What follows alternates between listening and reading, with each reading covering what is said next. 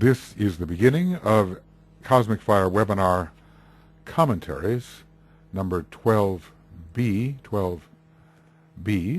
and we're on page 1224, and we are looking once again at a chart concerning the creative hierarchies, their names, and maybe most importantly for what we may gather to ourselves as any type of knowledge, will be the symbols through which they express. We've just been discussing the five-pointed star of the fifth creative hierarchy, but we have to realize that there is a problem here with the lords of the shining countenance and the lords of the dark face. The lords of the dark face could also be symbolized in a way by an inverted five-pointed star, and in that you can make out the face of the devil, so to speak. You can make out the beard and the horns, as it were, of the devil figure.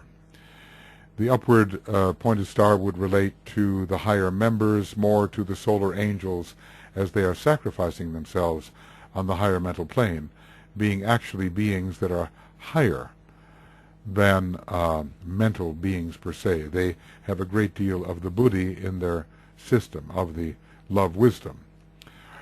So with the symbol of System 1 in the center, whatever that symbol may be, he sometimes hints at that. Maybe later,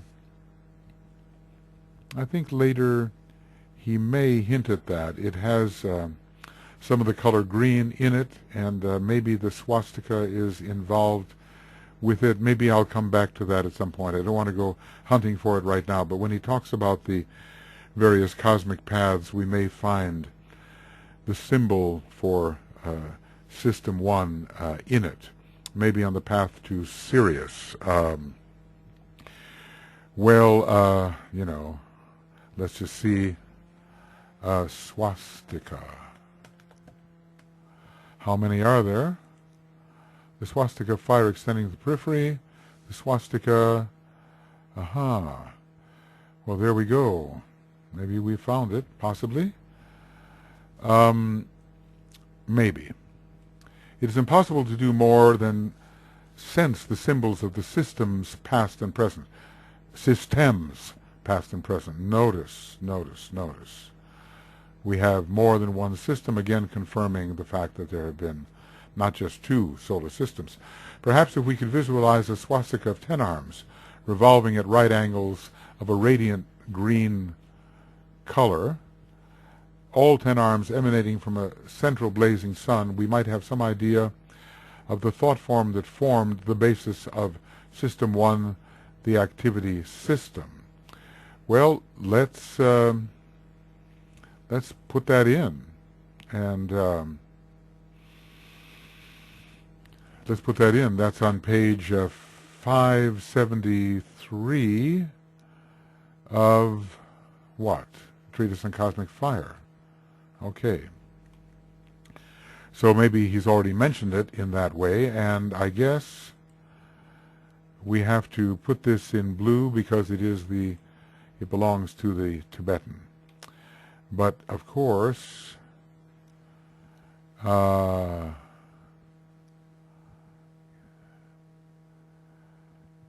they were human beings. They carry the Manifested System on a swastika. Here it is. Swastika of 10 arms. Okay. Well, perhaps if we could imagine, I mean, those are the words he used, and now let's separate this a little. Yes, and we'll put that in blue as well. So is it possible that this revolving at right angles and at right angles to each other, perhaps, so perhaps it's more three-dimensional here, because any type of revolution could be considered in a way right angle revolution, but we need to have some dimensionality if we're going to accomplish this right-angledness. The five-pointed star with the symbol of System 1 in the center. So a five-pointed star with the green swastikas in the center. That might be the symbol for the fifth creative hierarchy. It certainly has the link with the past. And I suppose if I were really to be accurate, I would say right angles of a radiant color green. And there go to it. Just include it that way. A radiant color green. Emanating from a central blazing sun. We're not told the color. We might have some idea of the thought form that formed the basis of System 1, and that would be a solar logoic thought form, would it not? Because that is the Lord who is incarnating, a solar logoic thought form. All right. Now, when it comes to the sacrificial fires, or what's another name for them is the lunar lords, the aspirants, or also, not too wieldy in the formatting, the aspirants. Oh, I don't want that. Okay. Aspirants or lunar lords. I'll just say or lunar lords. Well, we have the moon. We certainly do. We have a silver moon surmounted by an equal-armed cross. Well, the equal-armed cross is generally considered the Aquarian cross. The Aquarian cross. Silver is the color of the moon, and it represents represents receptivity. Sometimes it represents consciousness. Now, as the little hat of Mercury, it's Venus plus this, it represents openness to the inflow of consciousness. And can it mean that the cross is somehow, the cross of matter which blocks consciousness is somehow superior to consciousness? In other words, this is not a self-conscious hierarchy, and the cross of matter is higher than the receptivity represented by the moon. Well, that would be the case of the unconscious elemental life. We do have the unconscious elemental, ELM, elemental life, or lives. There's probably more to it. What is interesting here, if you think below, the moon rules the Aquarian hierarchy, as we see immediately below. Well, we don't see that, but we will in just a second if I open this up. Notice Aquarius is the energy of this hierarchy. It's ruled by the moon and violet. So it has something to do with the etheric nature. You see, although among the 5 non-sacred planets, the moon represents the dense physical body, here it doesn't. And the devas that are found on the 4 ethers, they're called violet devas, they have the moon on their forehead, which is interesting because it says something about them having foreheads altogether, right? So something about their structure, which is not totally unrelated to man's structure. But let's just say the moon can represent a etheric energy as well as the dense physical energy. And a lot of the mischief done by the Black Lodge is working in the ethers. I suppose with I'll just say this, working with etheric energy in a negative way, and their magic is lunar magic, and they work in the realm of the moon. So the moon is also related to ether. But of course, it's got to be veiling a different planet, and in this case, we might find, well, the moon is the hierarchical ruler, but in a way, it veils all 3 planets, Uranus, Neptune, and Vulcan. So, Where are we? Good question, huh?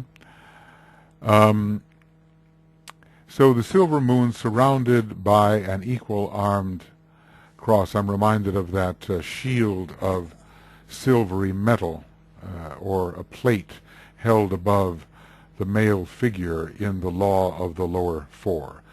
The moon can symbolize receptivity. And let's put it like this. If in this case, by the hierarchy, okay, Aquarian hierarchy, if in this case the moon is etheric, then there is the idea that matter is stronger than the vitalizing power of the ethers. So, the moon represents different things, grossly physical, or as I've tried to explain here, etheric in nature. Whenever you see a cross above something, like the cross above the circle, you know that matter is triumphing over spirit, and that is one of the symbols of Mars. When you see the circle above the cross, you realize that spirit's soul has triumphed over the cross. In this case, we have the crescent of receptive consciousness and matter above it. So all this tells us of quite blind elemental lives. Right.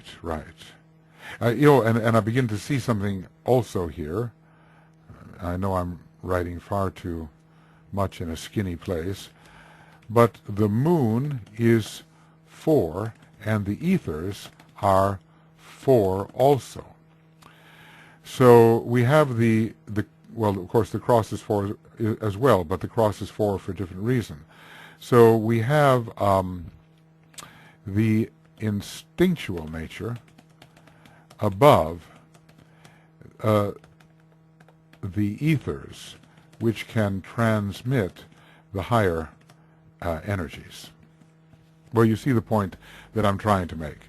With the baskets of nourishment, they're also etheric, and this is so interesting. The man is reversed with his eyes closed. The eyes closed, it looks like a good Masonic symbol. I don't want that. I don't, what do I want? Yes, I want to get back here. Yes, there we are. This tells of relatively blinded lives. They still have to be directed. They are elemental in nature. They are not Devic in any high sense, but they are still higher than the lives that they animate, which are really inert. And now the man is reversed, so the man is upside down. And the man is Aquarius. He's the water bearer, but he is in no position to do anything but receive. Eventually, he has to be righted or set upright. Eventually, I see what the problem is here. There we go. Eventually, he has to be set upright. So there are very few astrological signs which have a human being. The brothers do. It's an air sign, Gemini, and so does Aquarius. But here we have Aquarius in no position really to serve, but only to be served. So a man reversed, presumably upside down with his eyes closed, it tells somehow of the deep immersion of spirit vitality into matter. The deep immersion of spirit vitality into matter. It is, in a way, Aquarius reversed. And these are the blinded lives. Of course, as I say, they're not as blind, not as inert, not as unresponsive, because they are the vitality at the heart of every atom.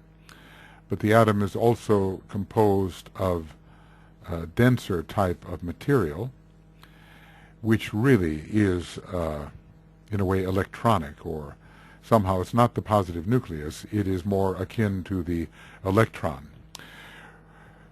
Well, this is difficult material, and we've managed to make some very long, skinny columns here. But I've tried, in a way, to discuss what the symbols might be. And if I were to, I don't think I can do that. I'd like to be able to go all the way down here. And what would happen if I put this on another piece of paper altogether? Yeah, I see what happens. What happens is that the closed 12-petal lotus, the 7 colored spheres, I would like to be able to eliminate this altogether, make it wider somehow.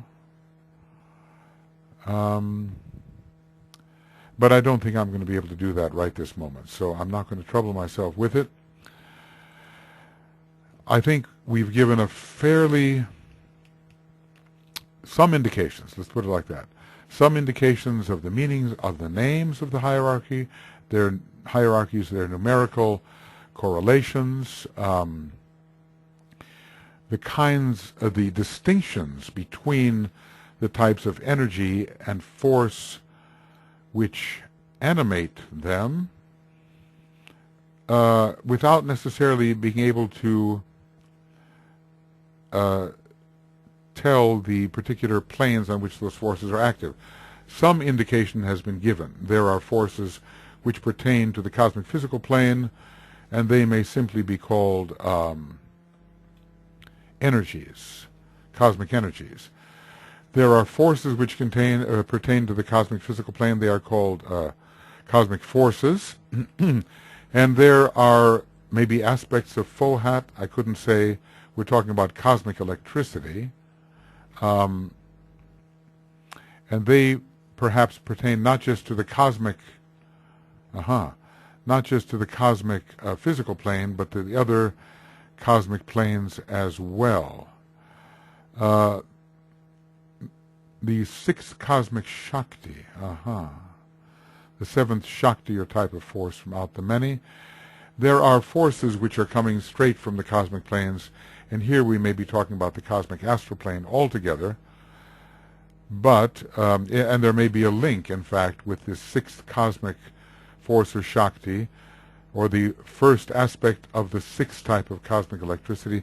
There may be a Fohatic link, and Fohat is active on other cosmic planes. So there's no real clarity here. What there is a distinction between types of forces, noting the nomenclature, the terminology, without being able to tell exactly the origin of these forces, cosmically considered, whether strictly speaking from the cosmic physical plane only, or whether from higher cosmic planes. I do believe that when you look at this 6th cosmic force or Shakti, or the first aspect of the 6th type of cosmic electricity, an origin on higher cosmic planes is definitely suggested, also with the number 7. So I want to mark that down and say that, okay. Yes, for this creative hierarchy and the next, an origin of its energies on higher cosmic planes than the cosmic physical plane is definitely suggested.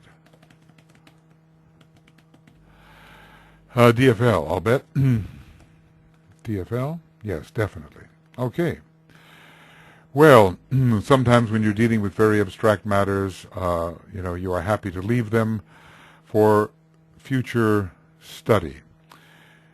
DK has told us much about the hierarchies, but when he begins to speak about the particular forces they wield, we are really into cosmic matters, and the symbology certainly can be connected with things we do know, but refers, I think, to many things that we do not know. We certainly, excuse me, we certainly see here that man is meant to be connected with the Son of God, and the relationship between the fourth and second ray is definitely suggested with the Buddhic field in which man is to express,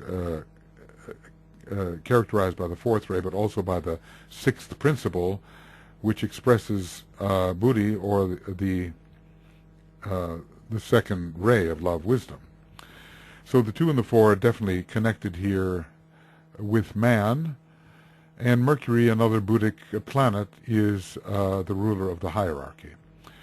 Well, it's an intricate web of interrelationships, and all I feel I've succeeded in doing is perhaps to point present thinkers or thinkers in the future in some directions which may be fruitful if we're looking for a constellation, the constellating of thought, the intuitive constellating of thought. We are attempting to provide a direction which will lead to the intuitive constellating of thought.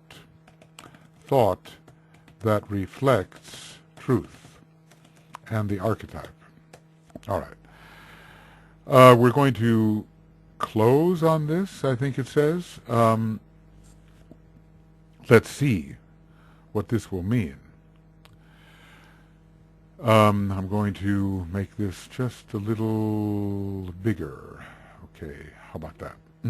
In closing, we might give certain of the symbols for the 12 creative hierarchies, maybe certain of the symbols, not all, perhaps. It is not possible to give the symbols whereby the adepts know them. Oh-ho.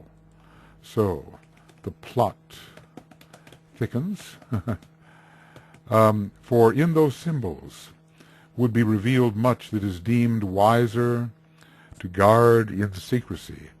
How very careful, how very careful the masters are about knowledge. But the symbols as they are found in records accessible to disciples, and I assume who can read on the inner planes, may be given, and from a close scrutiny of these, some knowledge as to the essential character of the hierarchy may be revealed. The inner symbols would reveal the essential character. But we will have to see whether we can fathom any of that. The symbols for the 5 hierarchies who have passed on, and remember that hierarchy number 5 has not quite passed on. A ball of green fire with 3 rays of rose. Well, and this is called intelligent substance. And we have the 3rd ray expressing, and its number is also 12, as well as 1. Well, definitely connected with the previous solar system and with its color green. I think, when we look over here, we're definitely seeing that the second system embodies the green swastika of the first manifestation, but adds to it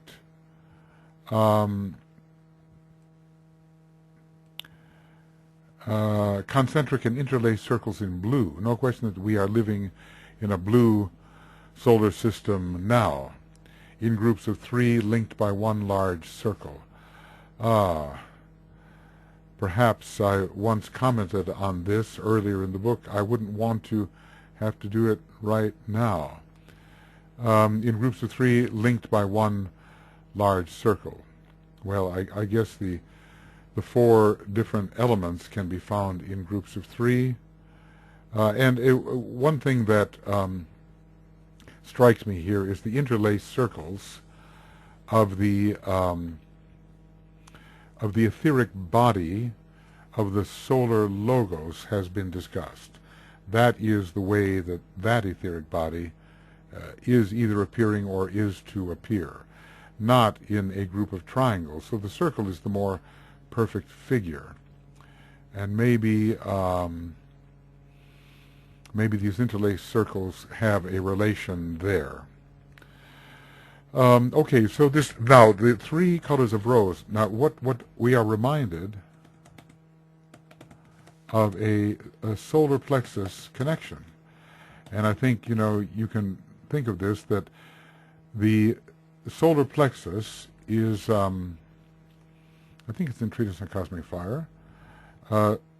Solar plexus, green, and I think we'll find it there. A solar plexus, 10 petals, rosy, of rosy color with an admixture of green.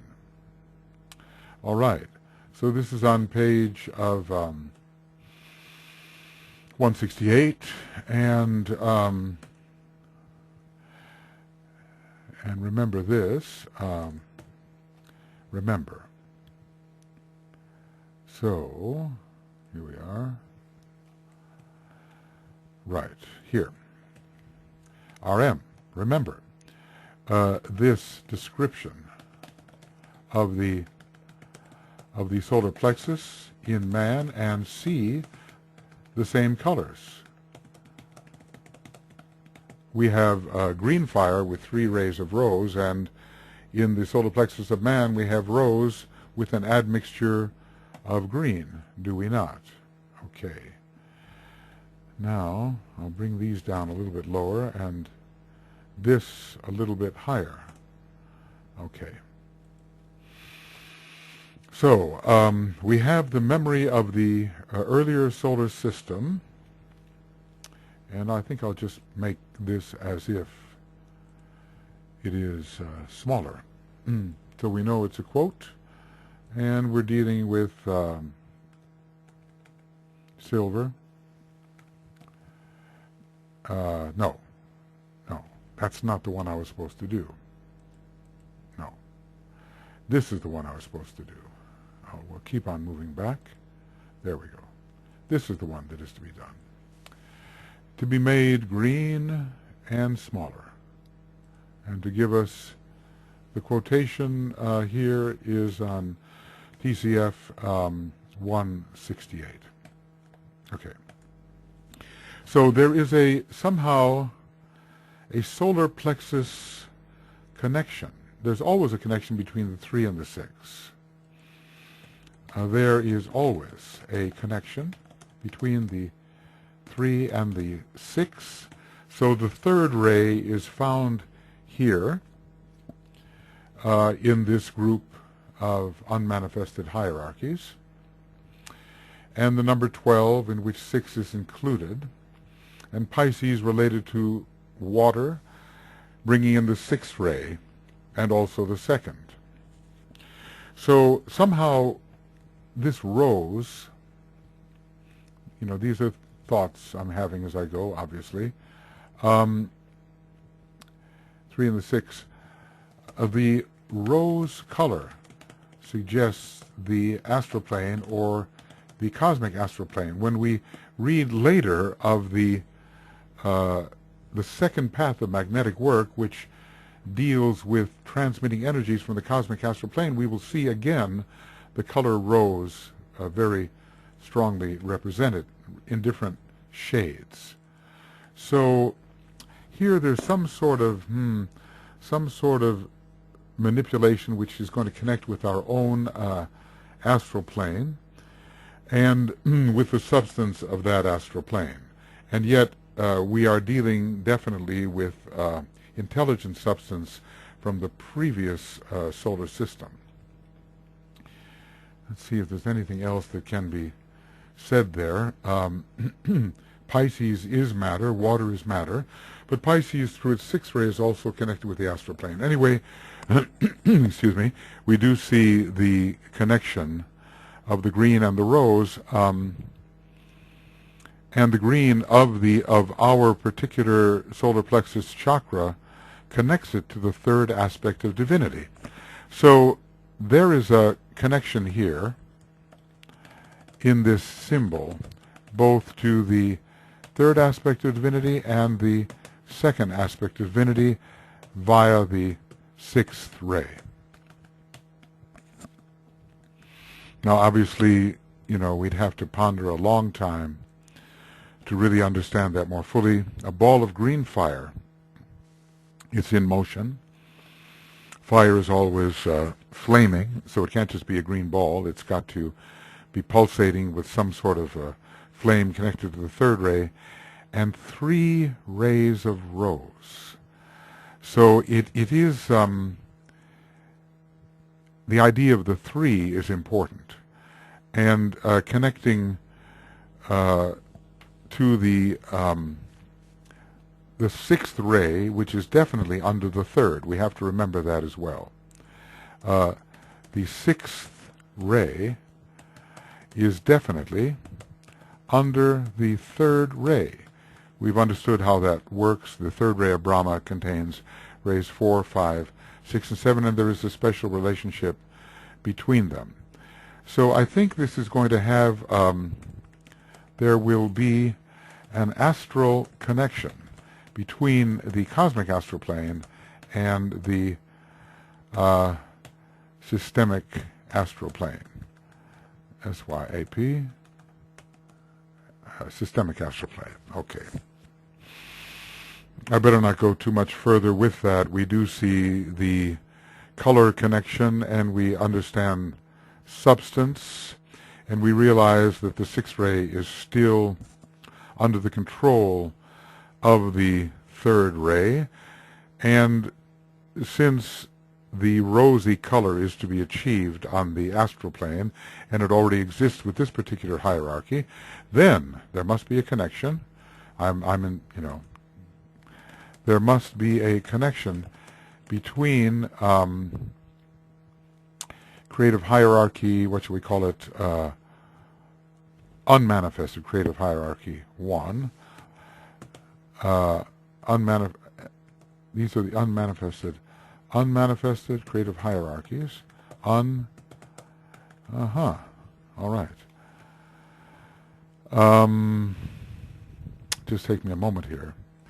Right, so there must be a connection here between unmanifested creative hierarchy. Now I have it. So now we're going to make this just a little unmanifested creative hierarchy. UMCH,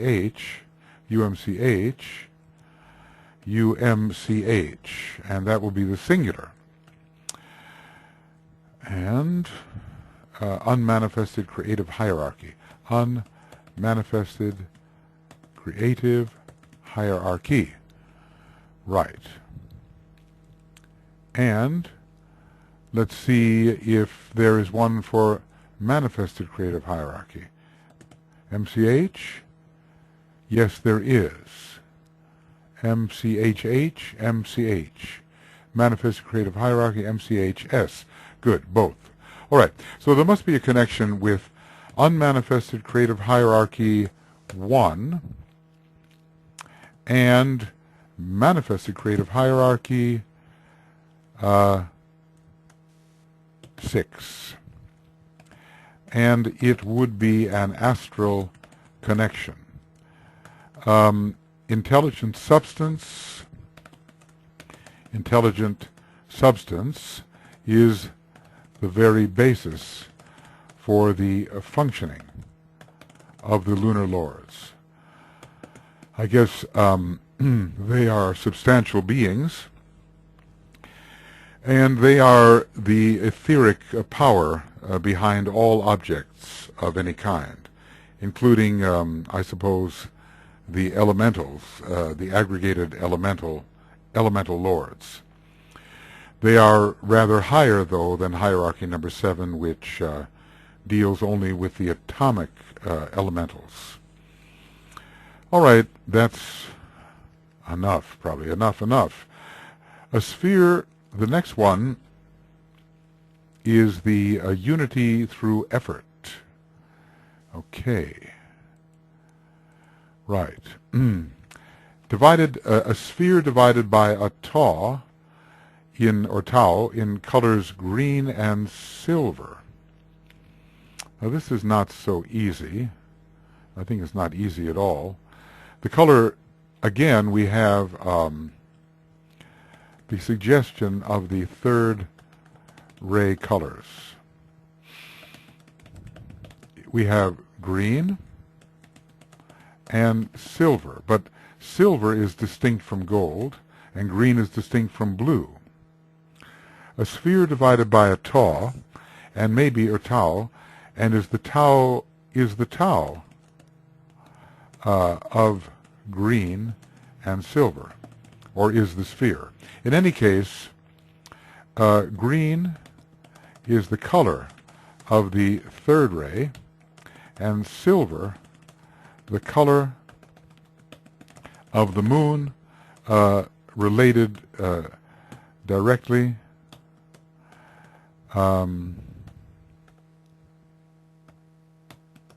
okay, DRL. I'm going to make an abbreviation there, DRL, and I'll say directly. Directly.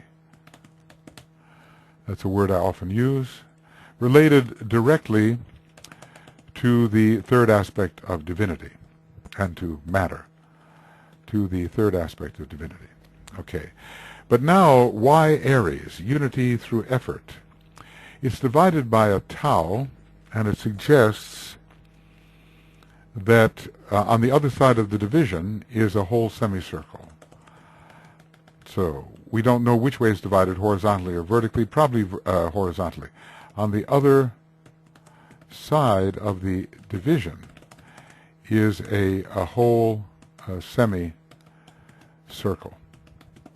Let's see if we're correct. Yeah, this is interesting because the colors are not especially connected with Aries at all.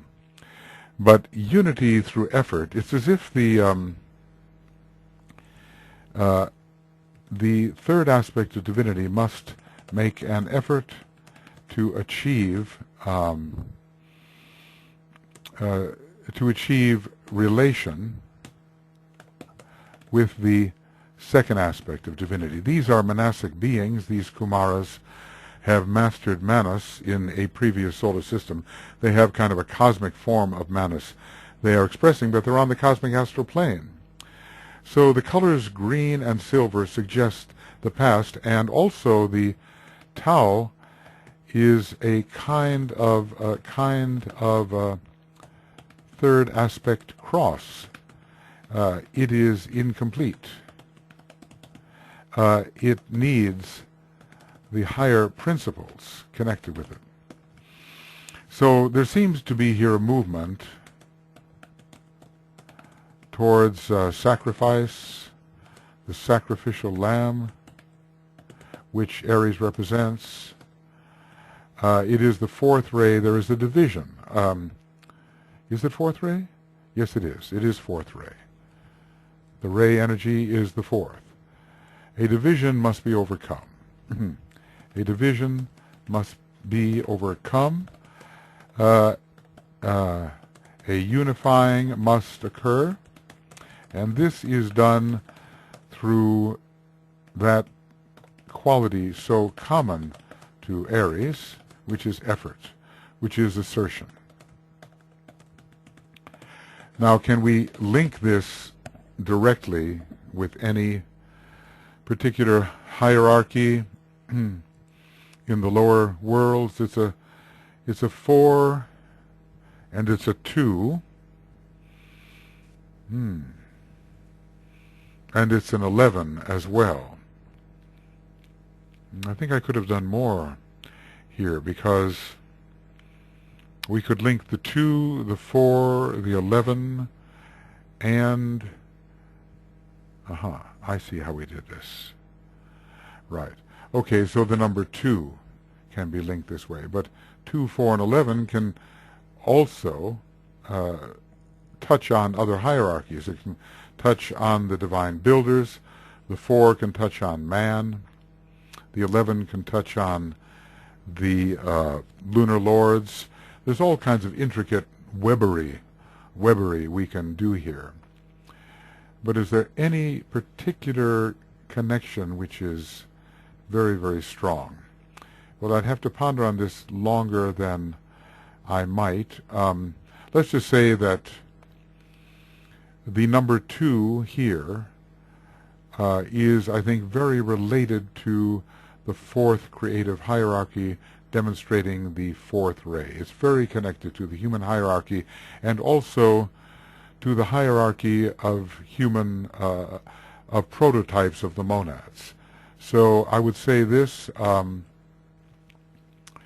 that this creative hierarchy is very connected to manifested creative hierarchy 2 and 4, both of which have much to do with humanity, with the expression of humanity on the cosmic physical plane. Well, we're just following the numbers, really, you know. Sometimes they say in politics, if you want to know what's going on, just follow the money. And maybe when we're thinking in esotericism and occultism, if you want to know what's going on, follow the numbers. Maybe that's the way it could go. Okay. Well, you know, one has to leave these things, and I'm very sticky type here. You know, I want to ponder on it until it absolutely yields more. But if we can make some connection here, some connections with these symbols, the bird with plumage dark, which is suggesting ignorance, well, not exactly, but darkness is the opposite of light. And remember, this is going to be a Taurus hierarchy, right? With the eye of radiant fire. Now, the eye of the bull is Aldebaran. It's a supergiant star. It's many, many times more luminous than our sun. It has a lot to do, Aldebaran and the eye of the bull. Eye of the bull. And what we're, okay, let's see, eye of the bull. No? Okay, eye of the bull. What we're going to be dealing with here is what's called light through knowledge. So it's bringing why the dark plumage of the bird is obviously a contrast between the dark and the light, and the possibility of giving illumination. And again, those words were light through knowledge, through the acquisition of knowledge,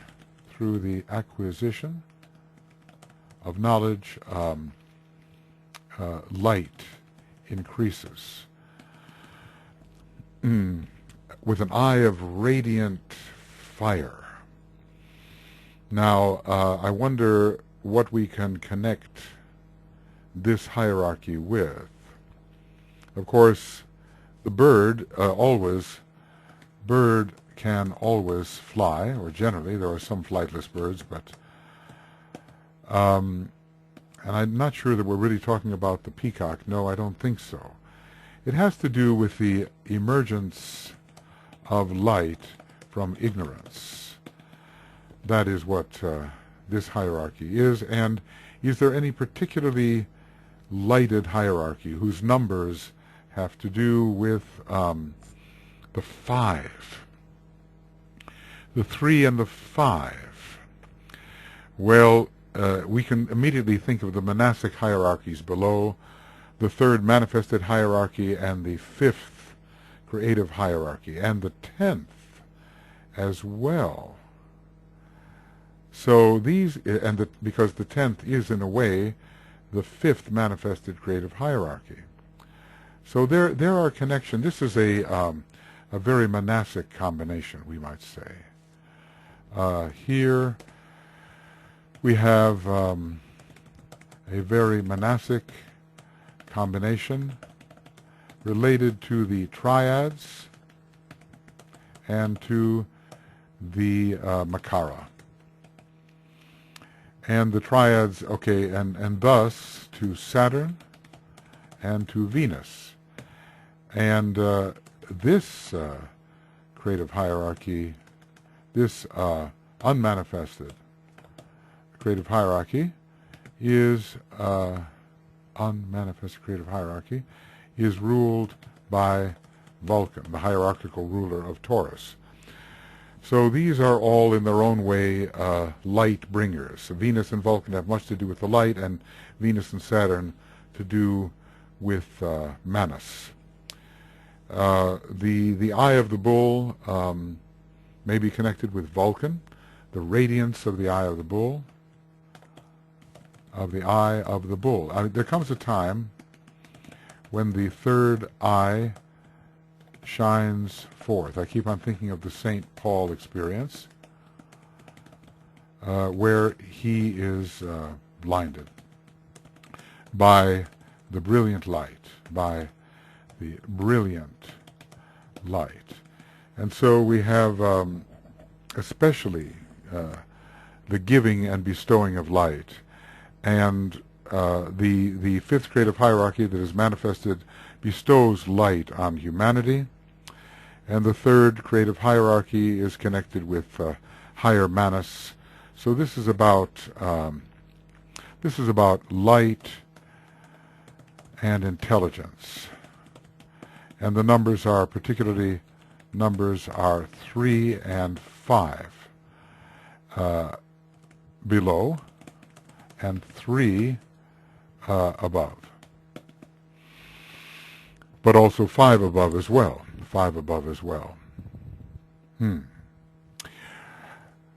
Well, you can just feel the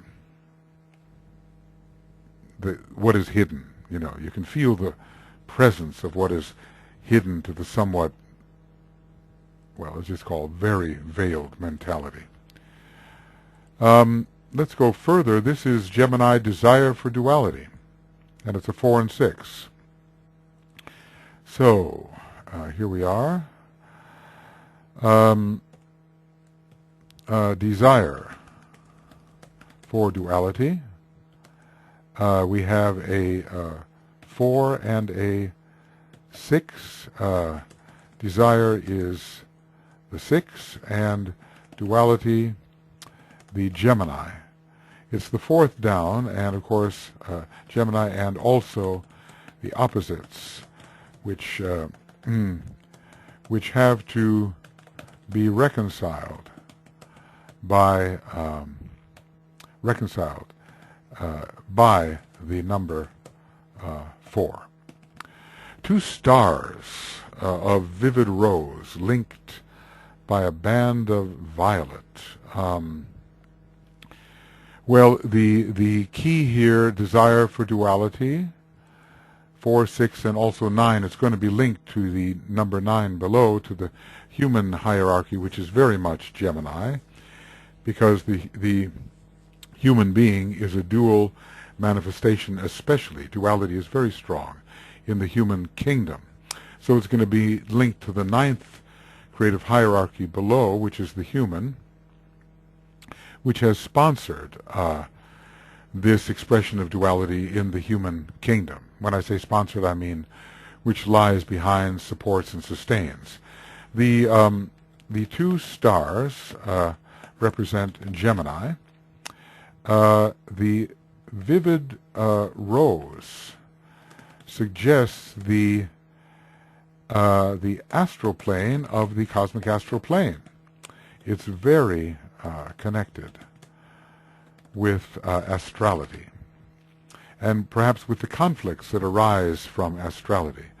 But our key, our task is to link the brothers inseparably, and hence we have the seventh ray band, which is like the Antakarana but ruled by ray 7, by violet.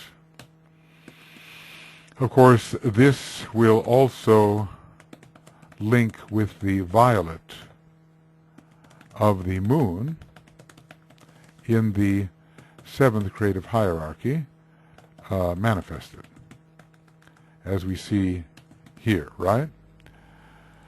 Right down here. The violet color is found here. Another air sign, interestingly enough. So there's the desire for duality, but there's also the fusing and meeting of duality. When we have the seventh ray, then the highest and the lowest meet. Highest and the lowest meet. All right. So the seventh ray brings the opposites together, and that's what we need when we're talking about the fusion process, where the brother in heaven and the brother on earth are united. But of the systemic astral plane, we learn it is the plane whereon the dual forces can be found. And let's check that out in a treatise on white magic. Dual forces, and probably right here we have the dual forces of the plane, whereon the vital power must be seen. The dual forces of the plane, whereon the vital power must be sought or seen. So the dual forces of the astral plane we're talking about. And we're talking about linking also the dual forces of the astral plane, and also linking the cosmic astral plane with the systemic astral plane. I think this is fairly clear, and on path 2 this is done. And I think on path 2, am I correct in thinking that there is a constellation, magnetic work. Okay, let's call it path of magnetic work. Okay, path of, let's spell that right. Work. Path of magnetic work. Let's see how many times it is mentioned. Here it is. The source, there it is, an unknown constellation via Gemini, and that may be Libra. Later we're told, but notice Gemini is included. So, on the path of magnetic work, is that right? Path of magnetic work. I think I should have definitely had that as a path of magnetic work. This will be the path of magnetic work. Gemini is involved, definitely. So you see how these ideas come together. On the path of magnetic work, Gemini is a source.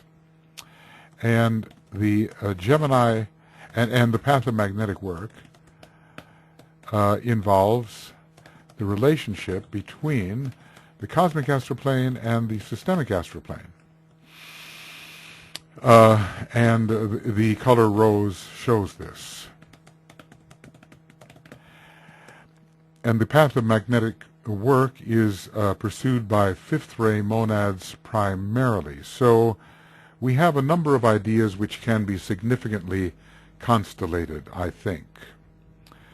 So let's just say, is it probable,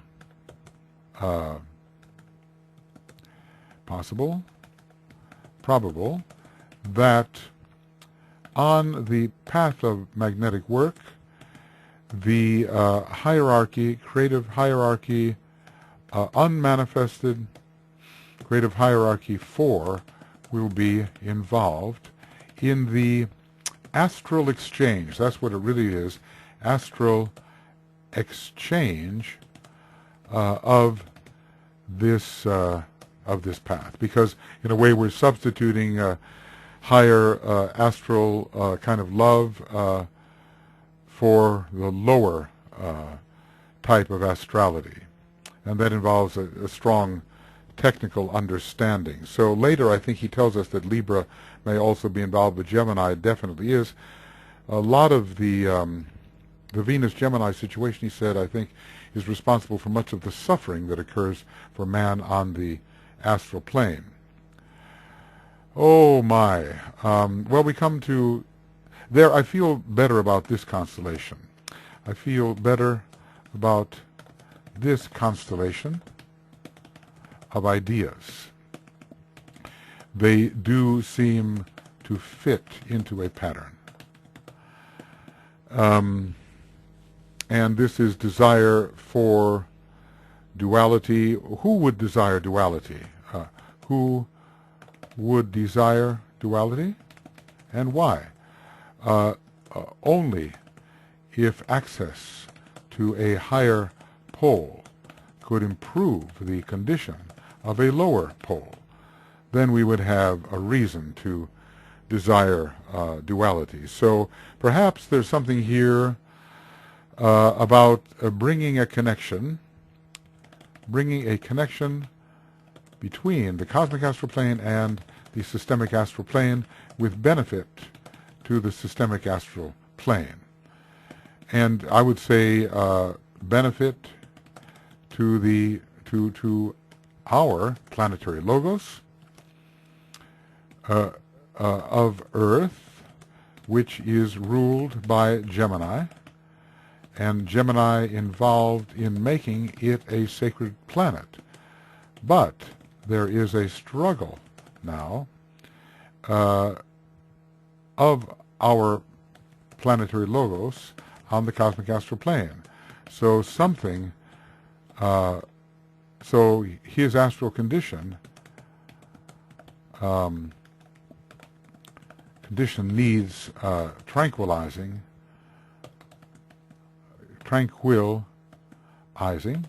and perhaps unifying through the dynamic of unity through effort, which will, because unity through effort is occurring on the fourth subplane of the cosmic astral plane where his struggle is going on.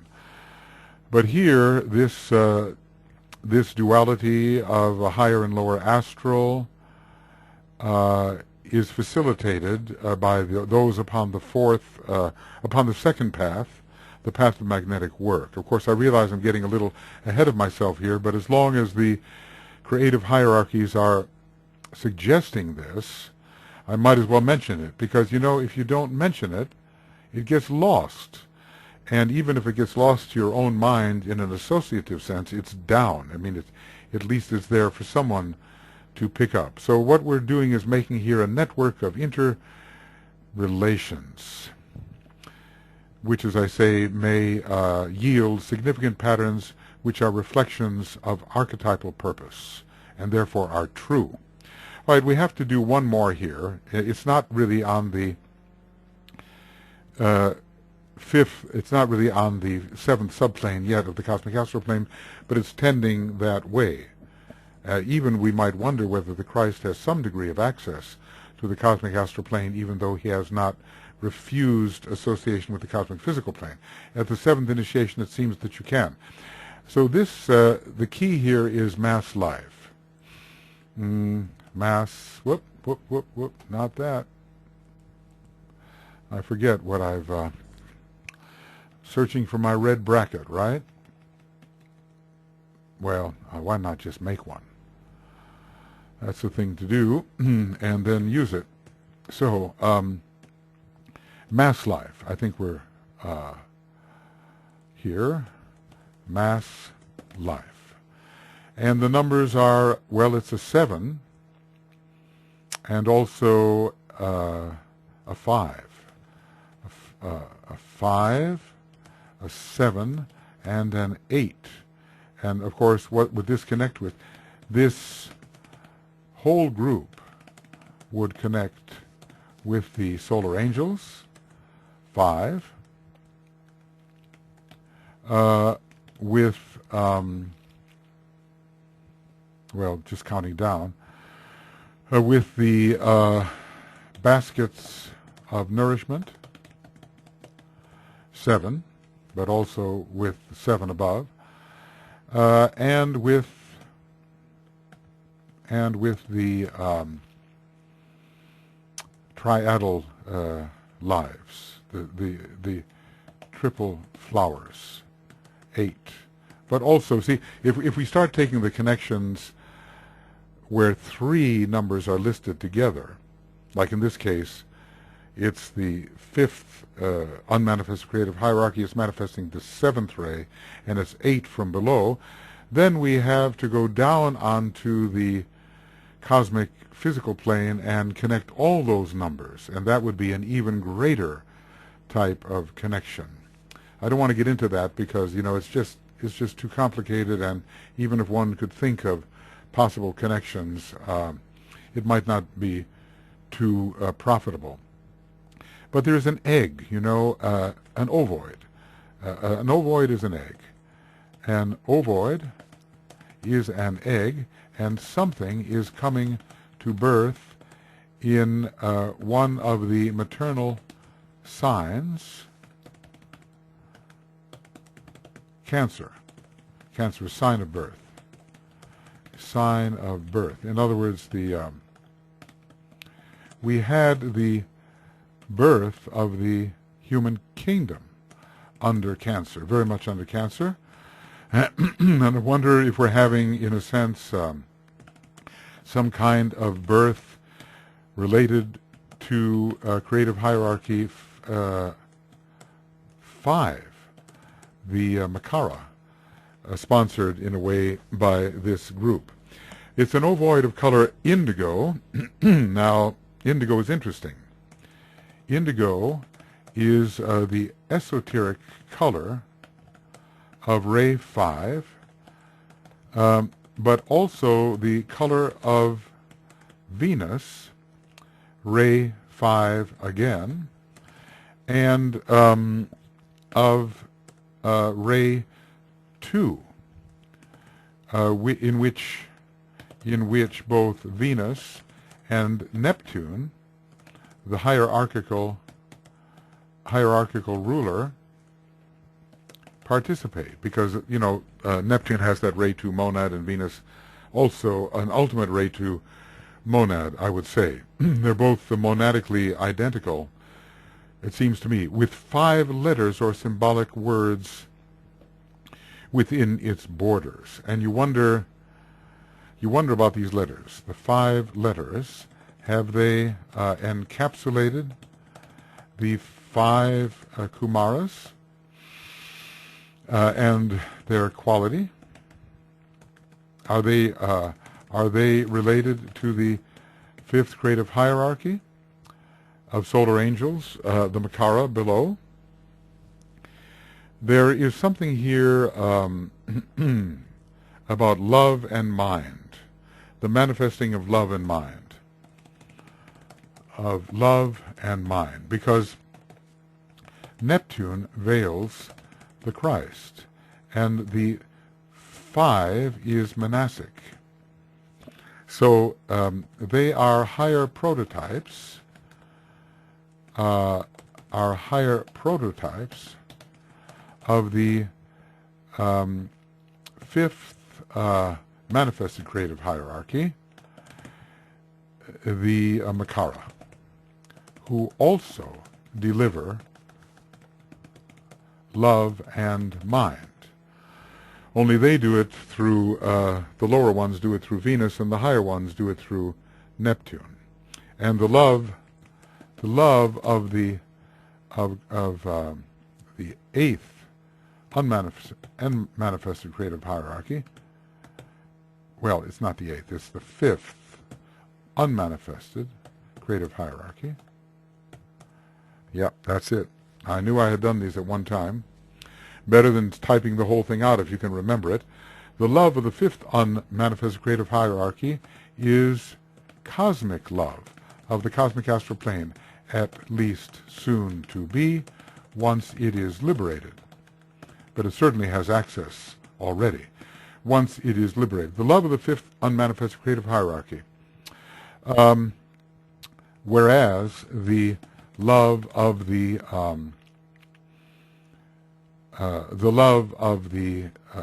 fifth manifest creative hierarchy is still solar systemic, and finds its source on the cosmic physical plane. So it's a higher order of love and mind. But the union of love and mind of Christ and the number 5 is given here.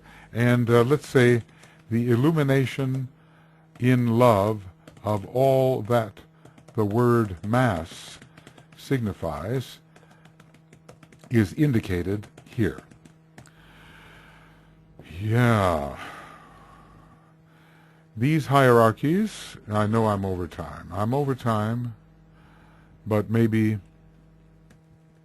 these hierarchies are also classed together and viewed as one. Well, you know, and are called in esoteric parlance, we might even say that the fifth manifested creative hierarchy, no, that's the first. The fifth manifested creative hierarchy somehow contains or expresses the attenuated vibration of the five liberated creative hierarchies. That looks like a good one, doesn't it? 5 liberated. Is there anything there? 5 liberated creative hierarchies. There it is. So the fifth or the 10th of the manifested, right, somehow express the composite of the 5. So they are a kind of a an encapsulated instrument for some of the vibration of these 5 liberated hierarchies. What are they're classed together and viewed as one, and what are they called in the esoteric parlance? Something probably far too abstruse to understand at all. The lives of that which appeared, rotated, and gathered to themselves the 5th aspect of Mahat. Well, let us try to remember, just above we had something about Mahat, and here it was, the 5th force or Mahat. So we have the crocodiles or the perfect ones. I have to remember that idea of the perfect ones, because that is also definitely connected with the solar angels, more so than the crocodiles. I would tend to say, you know, to make it clear to my mind, I would tend to say the perfect one and the crocodiles, or maybe the crocodiles. So the 5th cosmic force, or Mahat. So let us see what it can mean that they rotated and gathered to themselves. That which appeared. So we're talking about that which is manifested. It appeared before. The previous solar system appeared before this one, obviously. It was a system concentrating upon manifestation and rotary motion. The ray 3, right? It rotated, and it gathered the lives of that which appeared. So, we had 3 types of lives. Now, in my view, intraplanetary Kumaras, which gathered to themselves an aspect of cosmic mind called Mahat, and this aspect related to the fifth plane of the previous solar system, the mental plane.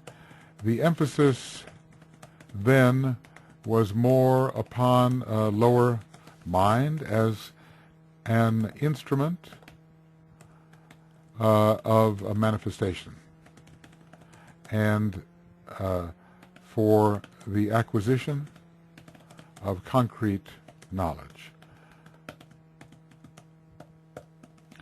So they are called the lives of that which appeared.